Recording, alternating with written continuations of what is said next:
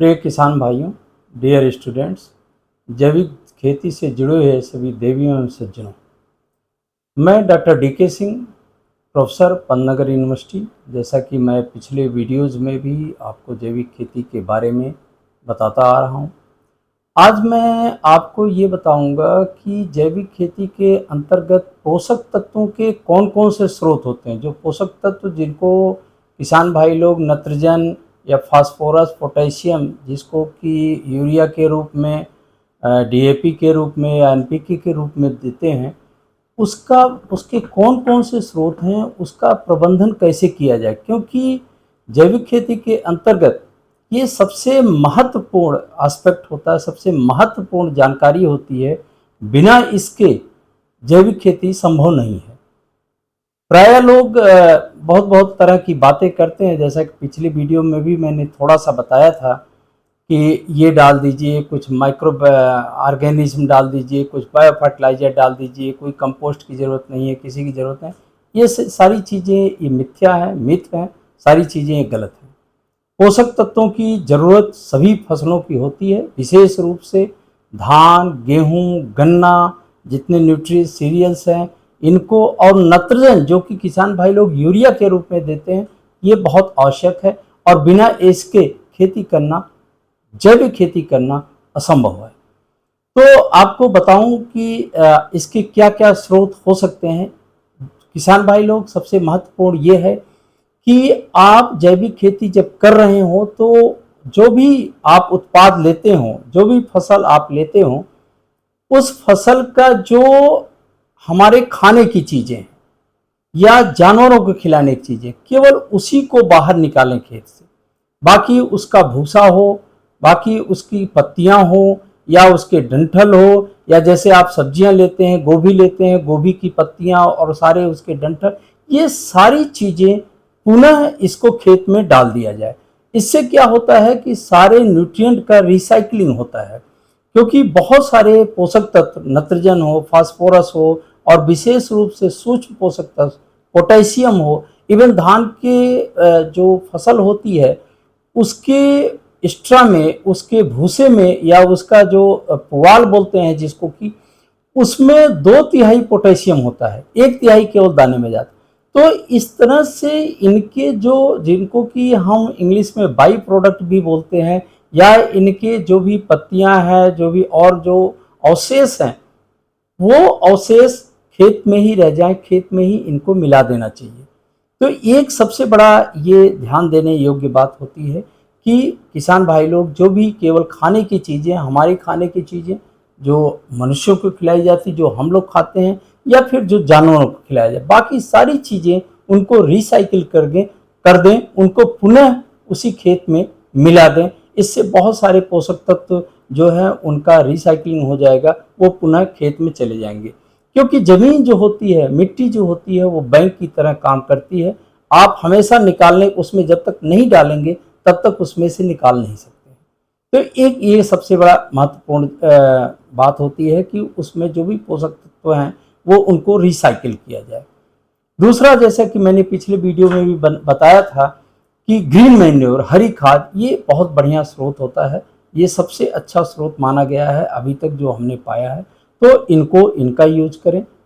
तीसरा जो महत्वपूर्ण होता है, मान लीजिए किसी कारणवश अगर ग्रीन मैन्योर नहीं ले पाते हैं किसान भाई लोग, तो कंपोस्ट, सड़ी हुई कंपोस्ट बना के, एक दिन मैं आपको बताऊंगा किस तरह से कंपोस्ट बनाएं, कि कंपोस्ट एक अच्छा स्रोत होता है पोषक तत्वों का।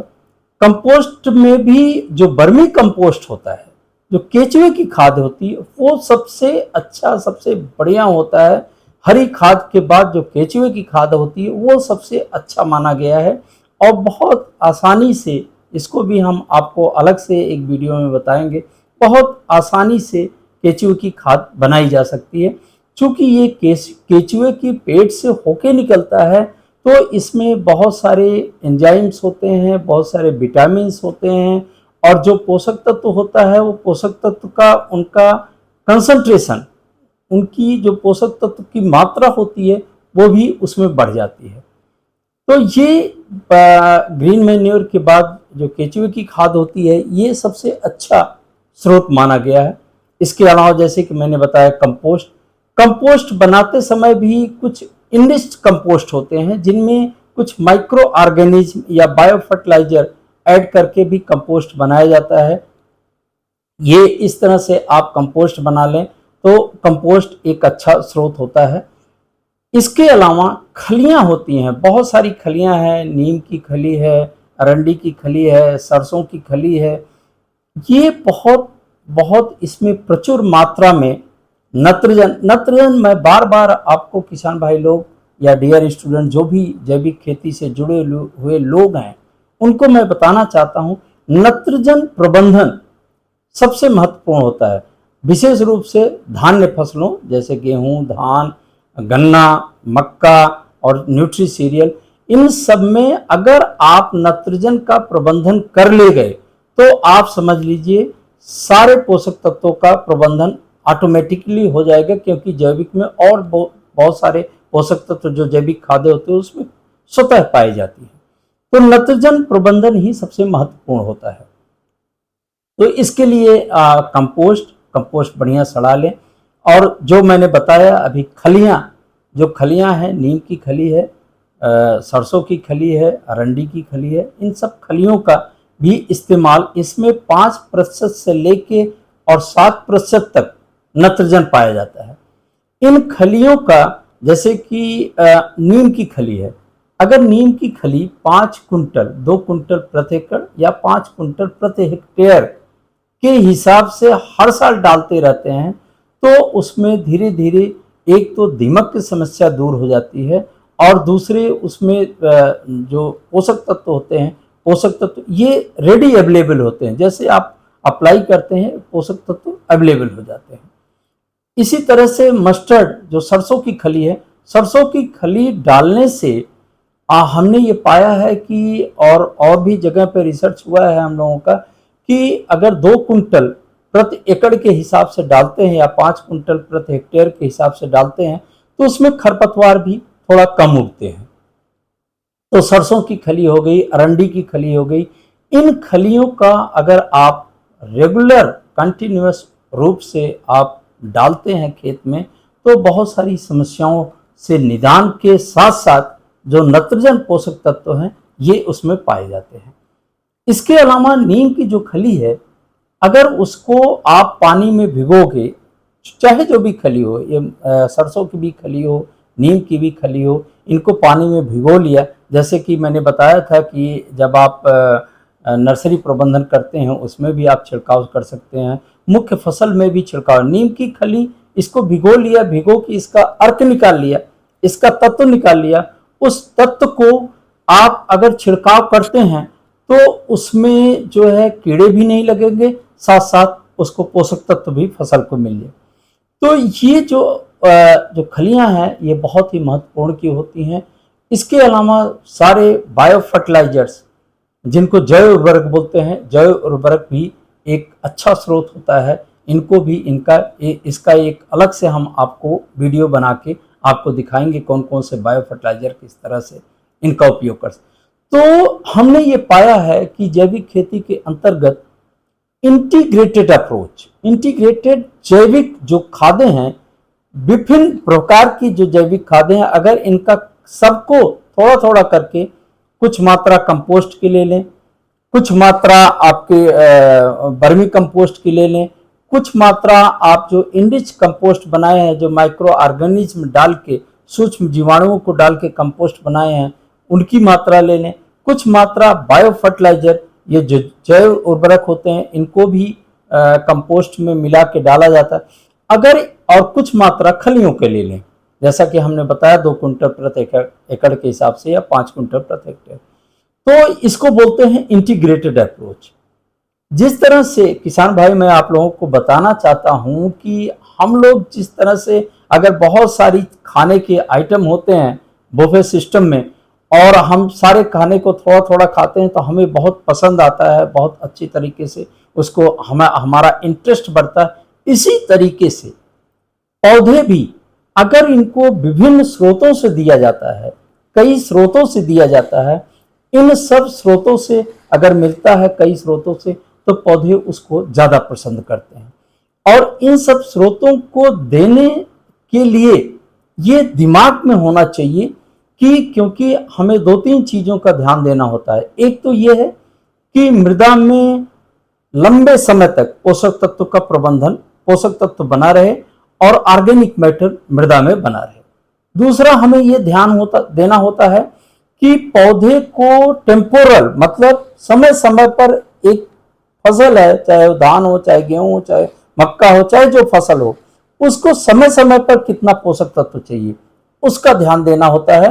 तो उस पोषक तत्व को हम कौन से स्रोत लें जिससे कि उससे उस पोषक तत्व के उस समय पे उपलब्धता बढ़ी रहे।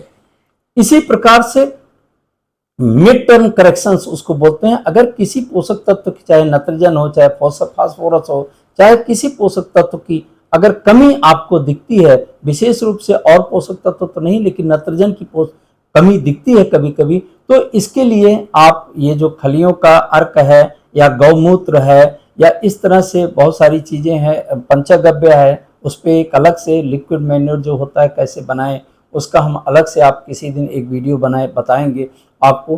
तो उन सब का छिड़काव करके मिड टर्म करेक्शन, मतलब अगर कोई डेफिशिएंसी आती है, विशेष रूप से नाइट्रोजन की अगर डेफिशिएंसी आती है तो उसको हम करेक्ट कर सकते हैं।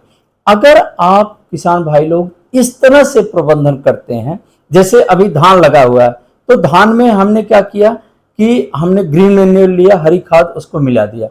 अब इसके बाद हम 20 दिन के बाद उसमें निराई करने से पहले 2.5 टन 25 कुंटल प्रति हेक्टेयर के हिसाब से या 10 कुंटल प्रति एकड़ के हिसाब से वर्मी कंपोस्ट जो केचुए की खाद होती है उसका खेत में बुरकाव करके, खेत में छिड़काव करके और इसके बाद निराई कर देते हैं। तो उसमें आदमी जब चलते हैं या फिर कोनो बीडर, जैसा कि मैं आपको अगले उसमें बताऊंगा कि कोनो बीडर चलाते हैं, कोनो बीडर से खरपतवार भी खत्म हो जाते हैं और पोषक तत्व भी उपलब्ध। तो उसको कोनो बीडर चाहे चला के, चाहे आप वैसे ही बीडिंग करते हैं, खरपतवार निकालते हैं, उससे पहले अगर उसमें इसका छिड़काव कर देंगे, छिड़काव करके जिस तरह से आप टॉप ड्रेसिंग करते हैं यूरिया का, उसी तरीके से जो वर्मी कंपोस्ट होता है, जो केचुए की खाद होती है, इसका आप छिड़काव करके और उसके बाद उसमें बीडिंग करेंगे तो वो खेत में मिल जाता है। अगर किसान भाई लोग इस तरह से आप पोषक तत्व प्रबंधन करते हैं तो आपकी फसल कभी भी कमजोर नहीं होगी, बल्कि बहुत अच्छी फसल होगी। एक अच्छी फसल आप ले सकते हैं, क्योंकि कमजोर अगर फसल होगी तो उसमें रोग भी ज़्यादा लगते हैं, कीड़े भी लगते हैं, आपको अच्छा उत्पादन नहीं मिल पाएगा। और क्वालिटी प्रोड्यूस, जो पोषक तत्व होता है, जो उत्पादकता की क्वालिटी होती है, उत्पादक की क्वालिटी जो होती है, जो फसल की क्वालिटी होती है, वो क्वालिटी भी नहीं मिल पाएगी। तो इस तरह से, क्योंकि कभी भी ये नहीं होना चाहिए दिमाग में कि हमारी उत्पादकता घटे, तो उत्पादकता बनाए रखने के लिए इस तरह से अगर आप पोषक तत्वों का प्रबंधन करेंगे तो आप बहुत अच्छा जैविक खेती में कोई भी फसल आप ले सकते हैं। आज के लिए बस इतना ही। अगली जानकारी के लिए अगला वीडियो आप लोग जरूर इस वीडियो को शेयर करें, आपस में सबको शेयर करें, सब्सक्राइब करें, जिससे आपको समय समय पर आपको एक अच्छी जानकारी हम आपको दे सकें। क्योंकि मेरा 20 साल का, हालांकि आजकल बहुत सारे लोग हैं जो कि किसी पे भी जैविक खेती पे भी बोल देते हैं, किसी पे भी बोल देते हैं, किताबी जानकारी होते हैं, किताबी जानकारी लेके बोल देते हैं। लेकिन मैं आपको ये प्रैक्टिकल जो मैं करता हूँ, जो मैं आज 20 सालों से करता आ रहा हूँ, जो हमने अनुभव किया है, वो अनुभव हम आपको शेयर कर रहे हैं। आप इसको ज़्यादा से ज़्यादा किसानों में वितरित करें, किसानों को पहुँचाएँ, किसानों को जानकारी दें। बहुत बहुत धन्यवाद। जय हिंद, नमस्कार।